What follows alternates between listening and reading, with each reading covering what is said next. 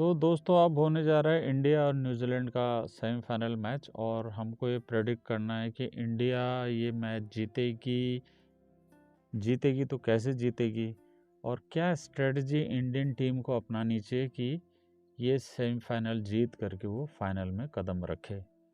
तो न्यूजीलैंड की टीम भी अच्छी है। स्टार्टिंग में तो जिस तरह से वो खेले मतलब एक हवा सा उन्होंने बना दिया था, बट जब उनका लीग मैच इंडिया के साथ हुआ तो उसके बाद वो हवा टूट गया और पिछले जो लास्ट है कई मैच में तो वो हार ही गए। लेकिन बाद के मैचेस में जो रिजल्ट आया उसमें न्यूजीलैंड काफ़ी मैचेस हारी और उसके बाद वो हवा ख़त्म हो गया। इंडिया का हवा अभी बना हुआ है, तो न्यूजीलैंड कैसा खेलेगी ये तो खैर समय बताएगा, लेकिन वो कैसा खेलेगी ये डिपेंड करेगा इंडिया कैसे खेलती है, इंडिया कैसे रिस्पॉन्ड करती है।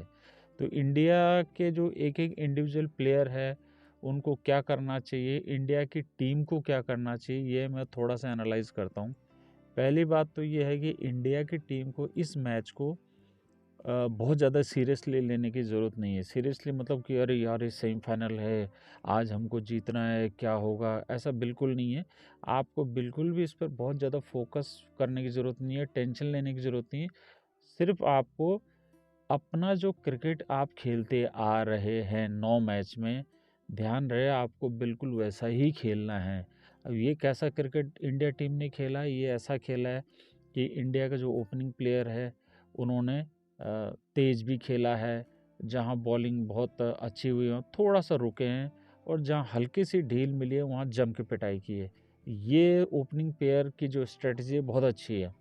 उसके बाद मिडिल ऑर्डर जो हमारा है बहुत ही शानदार है और इस टीम में और आज से पहले की जो टीमें थी इंडिया की वर्ल्ड कप में गई है उसमें ये मिडिल ऑर्डर ने बहुत बड़ा गेम मतलब चेंजर साबित हुए हैं। मिडिल ऑर्डर गेम चेंजर रहा है इस 2023 के वर्ल्ड कप में।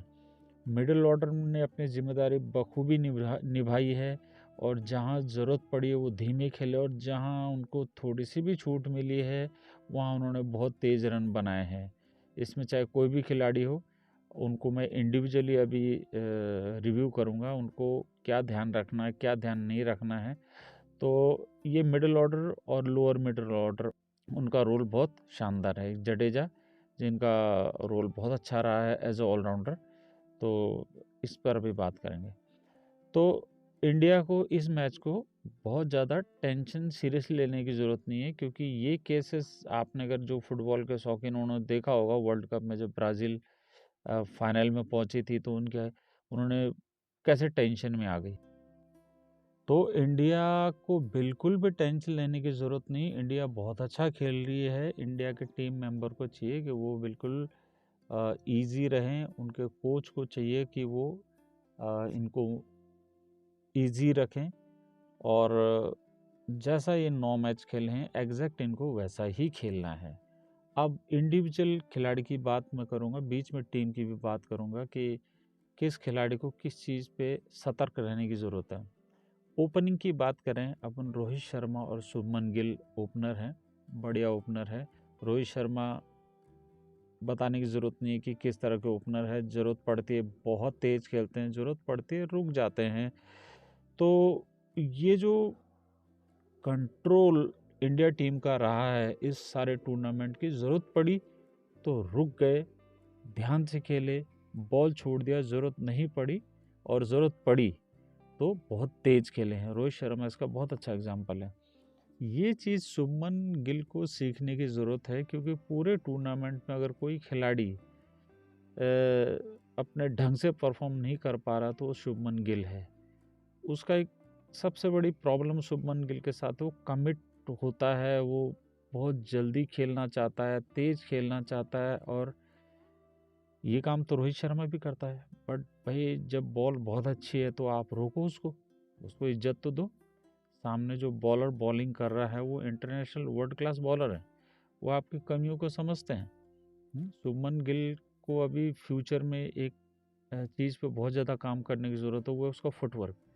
शुभमन गिल को अगर आप बहुत ध्यान देखें तो उसका फुट मूवमेंट बहुत नहीं होता। फुट मूवमेंट नहीं होता का मतलब है वो जैसे टांगे बिल्कुल चौड़ी करके खड़ा हो जाएगा और उसी में उसको किसी बॉल को फ्रंट फुट में खेल लेता है बिना हिले, और वहीं वो थोड़ा सा पीछे कमर को पीछे करता है और वही स्टांस पे वो बैक फुट में भी खेल लेता है।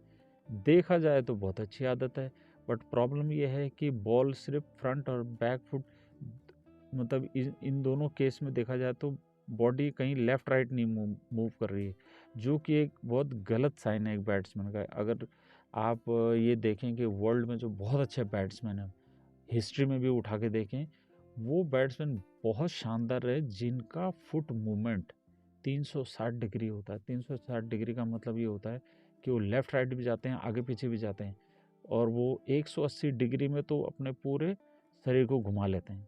180 डिग्री में पूरे शरीर को घुमा के बैटिंग करते हैं। तो वो ग्लांस भी बहुत अच्छा कर लेते हैं, वो कवर ड्राइव भी मार लेते हैं, मिड ऑफ में भी खेल लेते हैं, 2 कदम आगे बढ़ के उठा के भी मार लेते हैं।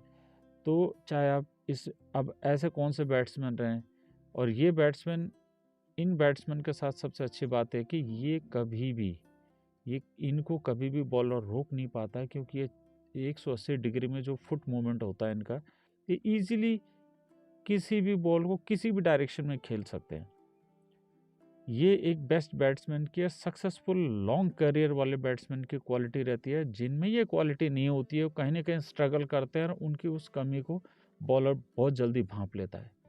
ये इस तरह की प्रॉब्लम पास्ट में बहुत सारे बैट्समैन को आई है, उसमें युवराज सिंह भी एक थे। हालांकि कोई ये कहेगा यार युवराज सिंह ने तो 6 छक्के मारे और वो तो बहुत सक्सेसफुल बैट्समैन था, बट अगर आपको याद है कि आईसीसी की जो फाइनल मैच होता है इंडिया श्रीलंका का, जब धोनी ने युवराज सिंह को रैना से पहले भेज दिया था, तो आपने वो मैच देखा होगा, तो उसमें आपने देखा युवराज सिंह ने एक तरह से वो वर्ल्ड कप फाइनल हमको हरा दिया था। ये सब जानते हैं, ज़्यादा आपको सुनने को नहीं मिलेगा, बट सब जानते हैं कि रैना फॉर्म में था, बट धोनी ने अपनी दोस्ती निभाने के चलते युवराज सिंह को आगे भेजा कि चलो भाई ये फॉर्म में आ जाएगा और ये पीछे आता है, बट हमको उसकी कीमत चुकानी पड़ी। We lost that world cup final. तो ये इस तरह की जो प्रॉब्लम, यही same case 1996 world cup semifinal में हुआ था इंडिया अगेंस्ट श्रीलंका, जिसमें यही प्रॉब्लम थी विनोद काम्बली के साथ। विनोद काम्बली ने ठीक है डबल सेंचुरी मारी, 2 डबल सेंचुरी उनके नाम है, लगातार मैचों में वर्ल्ड रिकॉर्ड फलाना है, बट फिर भी उनके साथ ही फुट प्रॉब्लम रही है कि एक तरफ फंस जाते हैं, लेफ्ट में ढंग से नहीं खेल पाते, तो वो मैच भी इंडिया हार गई थी। तो ये ऐसे बहुत सारे एग्जांपल मिलेंगे जिनका फुट मूवमेंट अच्छा नहीं है। अभी इसी में 1-2 एग्जांपल करंट और मैं दूंगा। आपके ऋषभ पंत का भी लेफ्ट साइड में फुट मूवमेंट बहुत अच्छा नहीं है। ऑफ साइड का भी बहुत अच्छा स्क्वायरिश नहीं खेलते हैं, वी में तो खेलते हैं सामने, बट स्क्वायरिश नहीं खेलते हैं। ये प्रॉब्लम ईशान किशन के साथ भी है। जब तक ये प्रॉब्लम रहेगी, इन बैट्समैन का करियर हमेशा खतरे में रहेगा। शुभमन गिल इसमें से एक हैं। ध्यान रहे कि शुभमन गिल से पहले आपके बहुत सारे और खिलाड़ी आए जिनका यही एटीट्यूड था। इसमें यूसुफ पठान एक खिलाड़ी था, उसका तो फुट मूवमेंट भी बहुत बढ़िया था भाई, बट यूसुफ पठान की एक आदत थी कि यूसुफ पठान पहले ओवर में ही 6 छक्के मारना चाहता, 6 बॉल में, हर बॉल में चौके बाउंड्री पार मारना चाहता। तो यार सामने वाले बॉलर की थोड़ी तो आपको रेस्पेक्ट करनी पड़ेगी। तो बेवकूफ़ थोड़ी है जो इंटरनेशनल बॉलर है और आप उसको हर बॉल में छक्का चौका मारना चाहते हो, इतना तो कॉमन सेंस आपके पास होना चाहिए। ऐसा ही एक खिलाड़ी और है जिसको आप जानते हो, रॉबिन उथप्पा, उसका भी यही हाल है। वो भी हर बॉल पे चौका छक्का मारना चाहता है। तो ये जितने भी बैट्समैन हैं जो अपने आप को कंट्रोल नहीं कर पाते हैं, इनका करियर बहुत लंबा नहीं चलता है।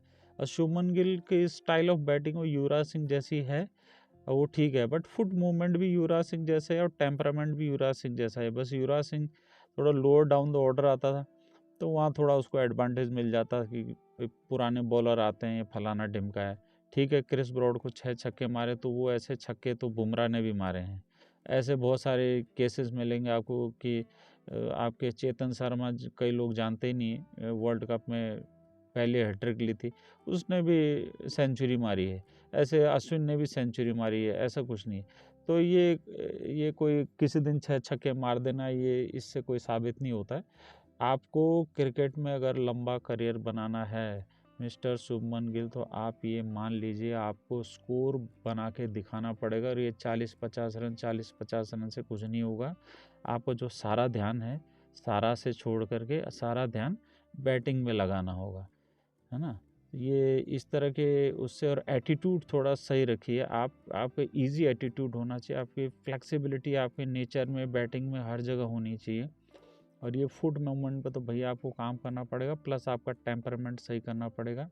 अदरवाइज़ बहुत लोग अभी बैठे हुए हैं, बाहर बैठे हुए लाइन लगा के, और एक बार बाहर निकल गए तो इंडिया टीम में आना जो है बड़ा मुश्किल काम है।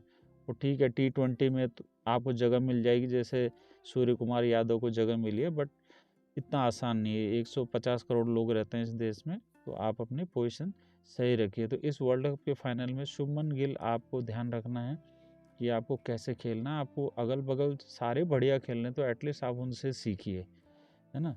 इसके बाद नेक्स्ट बैट्समैन है हमारे, फर्स्ट डाउन आते हैं, वो है आपके विराट कोहली। विराट कोहली बढ़िया खेल रहे हैं। विराट कोहली जल्दी लर्न करते हैं, इसलिए लंबा चल रहे हैं। फुट मूवमेंट सब कुछ बढ़िया, ओके, टेक्निकली सब अच्छा है। वो पुल शॉट जो ऑफ साइड से पुल शॉट मारना चाहते हैं, वो बॉलर के ऊपर से या जो भी सामने वी एरिया में छक्का, वो 2 मैच में उन्होंने ट्राई किया और उसमें फेल हो गए, आउट हो गए। उसके बाद उन्होंने कंट्रोल कर लिया कि मुझे इसको हवा में नहीं मारना है। उसके बाद उन्होंने 2-3 मैच खेले हैं, बिल्कुल कहीं उन्होंने हवा में नहीं मारा है, ऐसा पुल शॉट ज़मीन पे मारा, सक्सेसफुल रहे हैं, सेंचुरी मारी, सब कुछ बढ़िया रहा है, तो कोई दिक्कत नहीं। वो समझ गए कि वो कहाँ गलती कर रहे हैं। वो न तो सूर्य कुमार यादव की तरह है, ना रोहित शर्मा की तरह पुल शॉट में छक्के पे छक्का उड़ा सकते हैं। तो वो जानते हैं इस चीज़ को, और उन्होंने इस चीज़ को स्वीकारा, और यही सच्चाई है हर क्रिकेटर की, क्या आदमी की। आपकी जो स्ट्रेंथ है आप उस पर काम कीजिए। कमजोरी को अगर आप सही नहीं भी कर सकते हैं, तो वो जो स्ट्रेंथ है वही आपके लिए काम कर जाएगा। इसका बेस्ट एग्जांपल MS धोनी है, जो बहुत शानदार बैटिंग स्किल नहीं थी, लेकिन वो एक टेम्परामेंट था, और ये था कि भाई मैच जीता कैसे जाता है, मैं धीरे धीरे धीरे स्कोर के नज़दीक पहुंच जाऊंगा, और जैसे बॉल और बैट स्कोर का डिफरेंस कम हो जाएगा, तब मैं तेज़ खेल को जीत जाऊंगा। इसी फॉर्मूले पे पूरा करियर उन्होंने चलाया, बिल्कुल सक्सेसफुल रहे, कोई दिक्कत नहीं है। जो आपकी स्ट्रेंथ है आप उस पर काम कीजिए, ठीक है। तो विराट कोहली समझदार आदमी है, और इसलिए वो आज इतने रिकॉर्ड बना रहे हैं। नेक्स्ट बैट्समैन आता है श्रेयस अय्यर। सबसे बड़ा ट्रांसफॉर्मेशन इस वर्ल्ड कप में अगर बैटिंग में हुआ है, और किसी ने अपने आप को बिल्कुल ज़बरदस्त तरीके से चेंज किया, वो श्रेयस अय्यर है।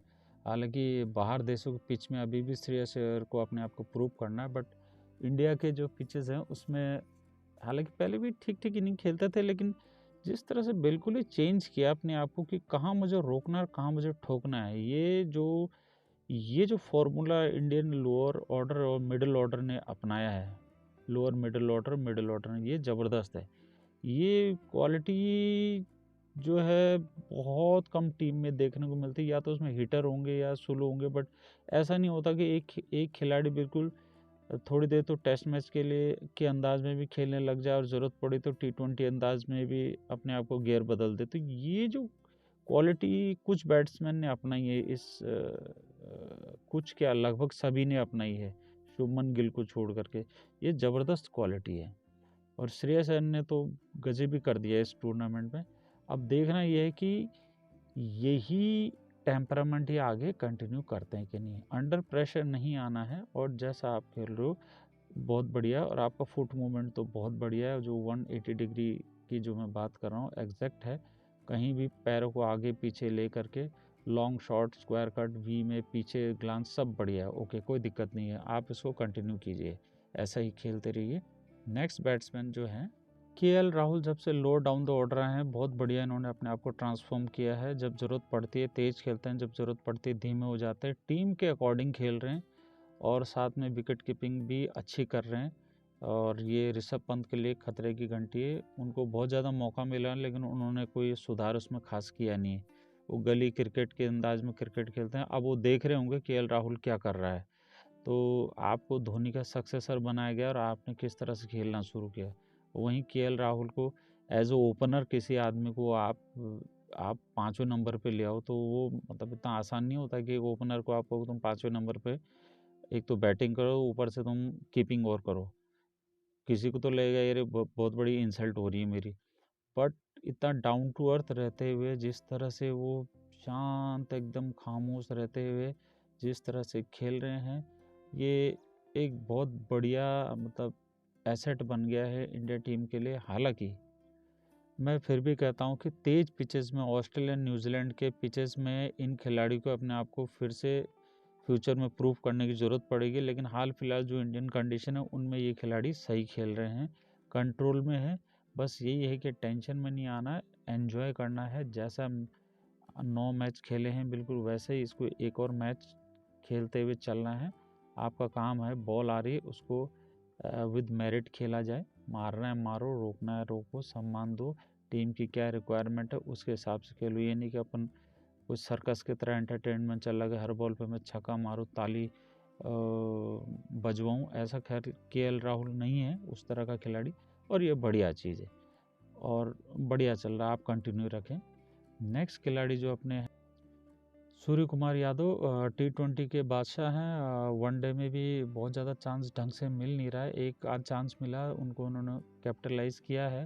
तो देखते हैं ये अभी इनको प्रूव करना है कि वनडे के लिए, हालांकि ये जिस सिचुएशन में आते हैं उस सिचुएशन में कुछ ही ओवर बच जाते हैं, तो इनको वैसा ही खेलना होता है। अब बाकी टेक्निकली बहुत सॉलिड खिलाड़ी है। अब बस अपना T20 अंदाज छोड़ कर अगर वनडे या टेस्ट में का टेम्परामेंट ही अपनाना है, बाकी टेक्निक में तो कोई कमी है नहीं, चारों तरफ खेल सकते हैं। फुट मूवमेंट बहुत बढ़िया है, जैसे केएल राहुल का है, रोहित शर्मा है और बाकी खिलाड़ी हैं, एक्सेप्ट शुभमन गिल अगेन मैं बात करता हूँ।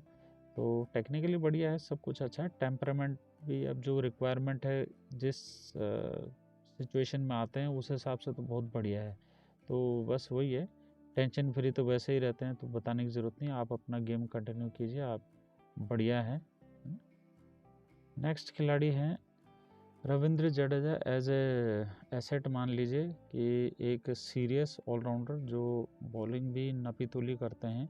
इंडियन कंडीशन के लिए बढ़िया बॉलिंग है, नाप तोल के बिल्कुल लाइन लेंथ मेंटेन करते हुए स्पीड से, और बैट्समैन के अकॉर्डिंग बॉलिंग करते हैं। और बैटिंग में तो खैर इन्होंने 99% प्रूव किया है कि जिस सिचुएशन में आते हैं, अब जितने भी ओवर इनको मिलते हैं तो वो अपनी जिम्मेदारी पूरी निभाते हैं, कोई डाउट नहीं है, 1% भी डाउट नहीं है। अब ये क्रंच सिचुएशन में आते हैं, टेंशन वाली सिचुएशन में आते हैं, 99% उस सिचुएशन को ये संभालते हैं। अब यही है दुर्भाग्य के ऊपर के खिलाड़ी बिल्कुल ही फेल हो जाए और उस समय आए, तो इनसे उम्मीद करना कि ये कंप्लीट पूरा ही भार अपने ऊपर ले लेंगे, ये क्या कोई भी नहीं कर सकता कि 7वें नंबर पे आ रहा है, 8वें नंबर पे, और ये वो रेयर होता है, कभी 100 मैच में 1 मैच में हो जाता है। बट जो भी इनको सिचुएशन होती है उसको जस्टिफाई करते हैं।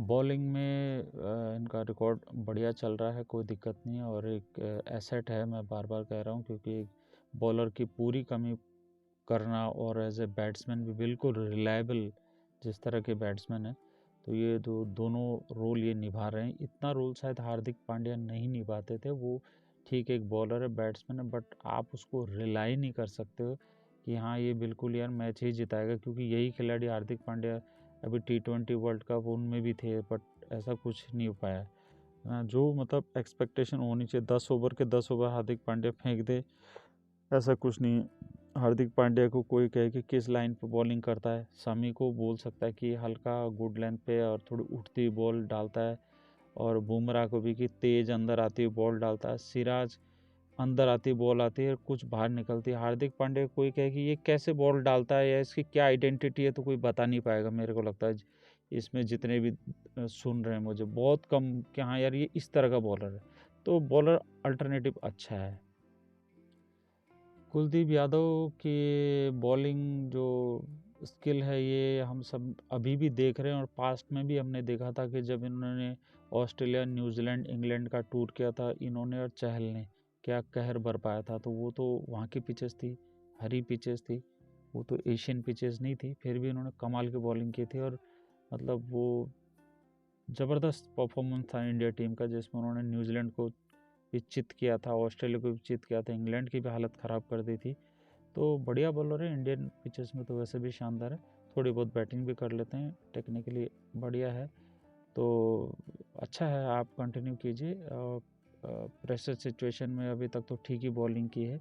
बस वही है, इंडिया टीम को अपना जो एटीट्यूड है वो बिल्कुल वैसे ही रखना है जैसे 9 मैचेस में था। कोई स्पेशल सोचने की ज़रूरत नहीं है। इस टीम को आप हरा चुके हो, न्यूजीलैंड को पहले भी, और ऐसा कोई तोप नहीं है।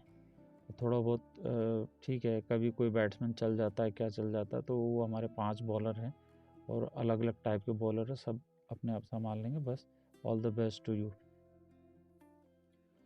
बूम बूम बुमराह ये हमारे पेस अटैक के शुरुआती बॉलर हैं। अच्छी पेस है और अंदर आती हुई बॉल रहती है, स्टंप पे रहती है, और यॉर्कर के अच्छे वो है, जानकार हैं, स्पेशलिस्ट हैं। थोड़ा बीच बीच में बाहर भी निकालते हैं। हालांकि मैं चाहता हूं कि आप फ्यूचर में कुछ और एक आध लिथल वेरिएशन अपने बॉलिंग में लाएं। अभी के लिए ठीक है, इंडियन पिचेस में चल रहे हैं। बहुत बड़ी बात है कि इंडियन पिचेस में पेसर चल रहे हैं। ये लोग शिकायत कर रहे हैं कि यार ये पिचेस ऐसी बनाइए, वैसी बनाइए, स्पिनरों के लिए बनाइए। तो ऐसा है ना, स्पिनर तो शेन वॉर्न भी था।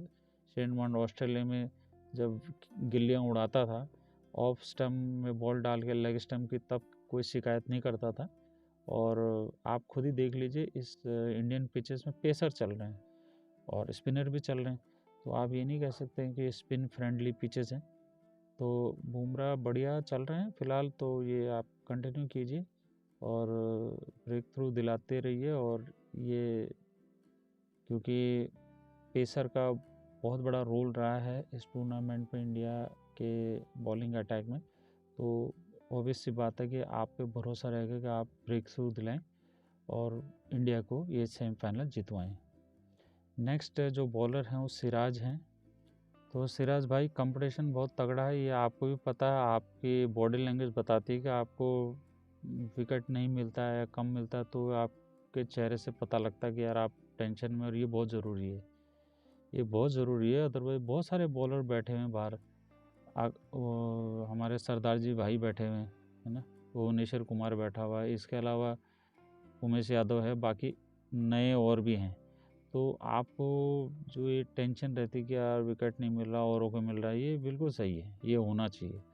और आपने इम्प्रूव किया है, आपने स्पीड अपनी बढ़ाई है, थोड़ा वेरिएशन लाए हैं, ये बहुत ज़रूरी है भाई सर्वाइवल के लिए। तो आप अभी तक सही चल रहे हैं, आप अपना परफॉर्मेंस दीजिए, इंडिया को सेमीफाइनल जिताइए, वर्ल्ड कप जिताइए। All the best. Long run में आपको कुछ और इम्प्रूवमेंट करने की ज़रूरत पड़ेगी, ये आप समझ जाएंगे, समझदार हो आप, अगल बगल बॉलर को देख रहे हैं कि लोग कैसे बॉलिंग कर रहे हैं और कैसे विकेट ले रहे हैं, तो ये आप भी जानेंगे कि आपको क्या चेंजेस करना है। उम्मीद करते हैं आप उन चेंजेस को अपने बॉलिंग में लाएंगे, क्योंकि अभी भी बॉलिंग में कुछ न कुछ है कमी जो आपको सुधारनी है। जैसे आपने इम्प्रूव किया है, जब आप शुरू में आए थे तो आपकी स्पीड बहुत कम थी, 125-30 फेंकते थे आप, अब आप 140 प्लस आए हो। उसमें आपने आउट स्विंगर जो अभी लाए हो, तो इस तरह से आप इम्प्रूव कर रहे हो। प्लीज़ बढ़िया है, आप कीजिए।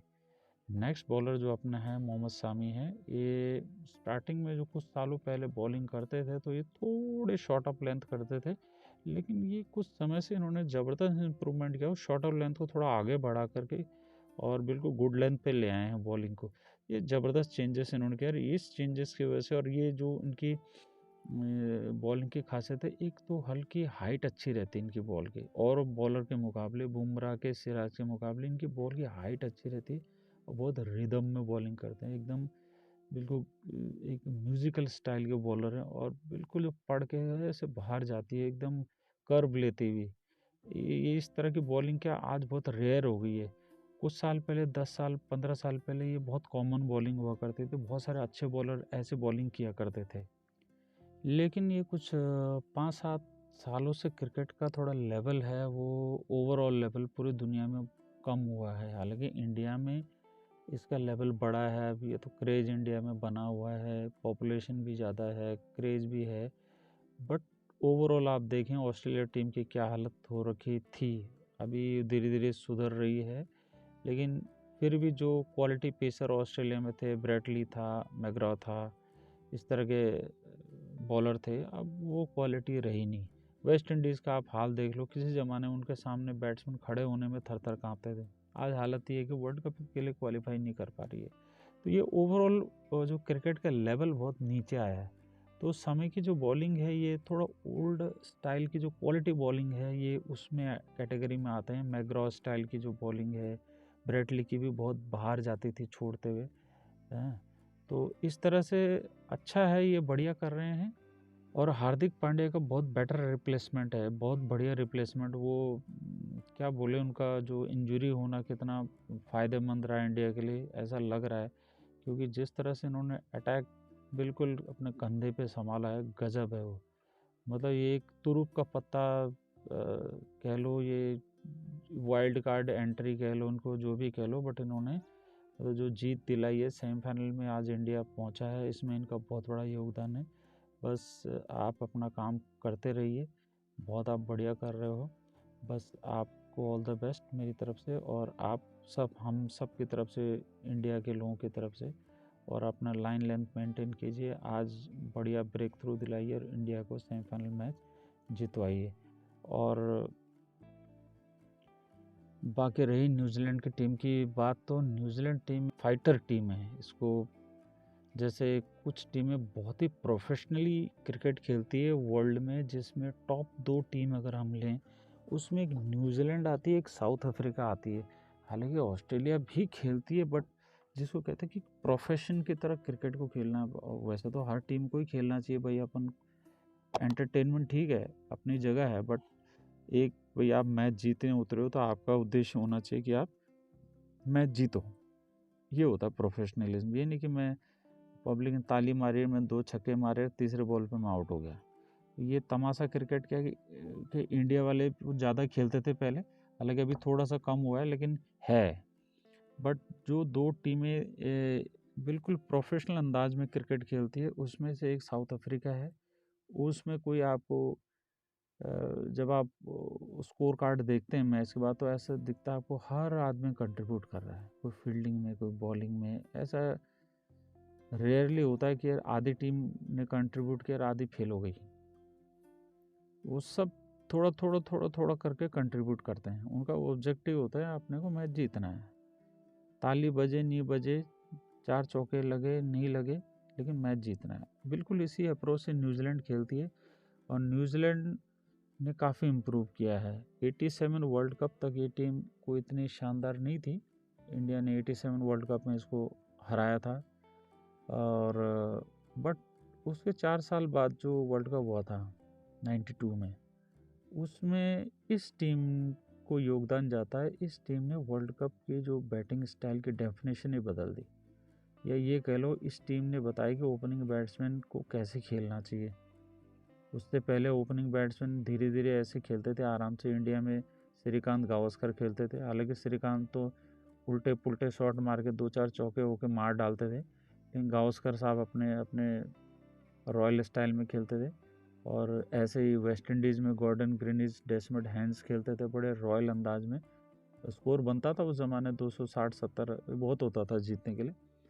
लेकिन 1992 में न्यूजीलैंड ने बिल्कुल ही गियर चेंज कर दिया। जो इनका मार्क ग्रेडपेस था, इसने शुरू में धुआंधार ठोकाई बॉलर की, चाहे कोई भी बॉलर हो, वेस्ट इंडीज़ का हो चाहे किसी का ही हो, किसी को नहीं बख्शा। यहाँ से ट्रेंड चेंज हुआ। और न्यूजीलैंड ने एक और काम किया 92 वर्ल्ड कप में, वो था फील्डिंग। फील्डिंग बिल्कुल चेंज कर दिया। हालांकि लोग कहते हैं कि जॉन टी रॉड और ये फील्डिंग ये बाद में आए, इससे पहले इस फील्डिंग को पूरी शकल बदलना, ये जो डाइव मार के स्टंप में कूद करके रन आउट करना, ये सब न्यूजीलैंड की देन है। न्यूजीलैंड ने फील्डिंग बिल्कुल चेंज की, न्यूजीलैंड ने ओपनिंग बैट्समैन बिल्कुल चेंज की। न्यूजीलैंड ने तीसरा काम और किया था वर्ल्ड कप में, ये पाइनियर 3 काम मैं आपको बता रहा हूँ, फील्डिंग और ओपनिंग बैटिंग धुआंधार, और तीसरा काम इसने किया था स्पिनर से ओपनिंग बॉलिंग करवाना। ये सबसे पहले इन्होंने ही शुरू किया था। वो हालांकि इंडियन ओरिजिन बॉलर था, और उससे उन्होंने दीपक पटेल, उससे उन्होंने ओपनिंग बॉलिंग करवाई। और उसमें कई फंस गए खिलाड़ी जो दूसरी टीम के थे, कि उन्होंने कभी ओपनिंग बॉलिंग कभी स्पिनर से किसी ने खेली नहीं थी। वो तो इस तरह के बैट्समैन होते हैं कि उनको तेज़ बॉल चाहिए, कट मारो और ग्लांस करो और खटाक से हुक करो और छक्का चौका। अब स्पिनर को कैसे मारे आप?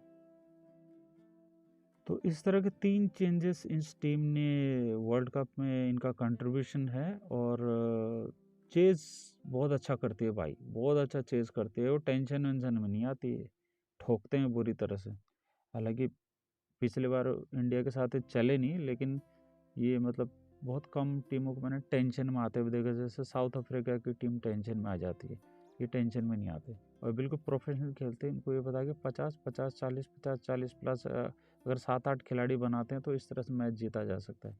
इसके अपोजिट कई टीमें होती हैं जिसमें 1, 2, 3 बैट्समैन के भरोसे होते हैं, ये ठोक-ठाक जाएँ, सेंचुरी मारे, ये मनाए तो जीत जाएँ। ऐसा इसके साथ नहीं होता है। इसलिए अगर आपको न्यूज़ीलैंड से मैच जीतना है तो आपको इसको बहुत सारे खिलाड़ी आउट करने पड़ेंगे, ये नहीं कि शुरू के 3-4 आउट कर दिए तो बस हो गया, ऐसा नहीं है।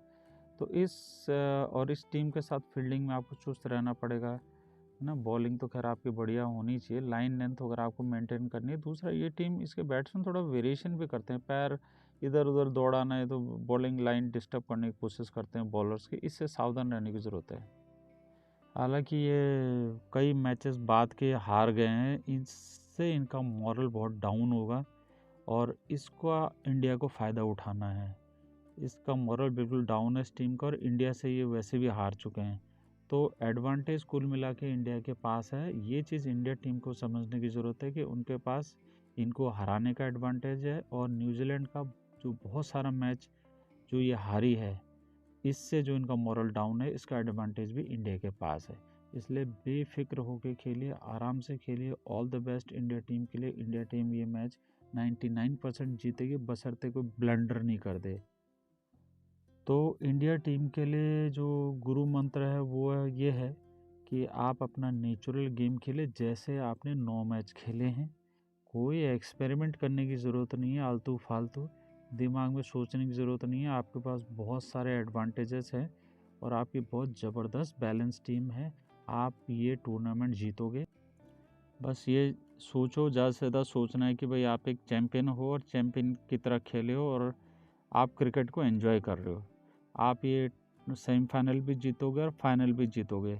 तो all the best to our Indian team and hope ये मेरा रिव्यू जैसा मैंने बोला है शायद ऐसा ही हो और हम ये टूर्नामेंट जीतें और ये ईयर का बहुत अच्छा एंड हो।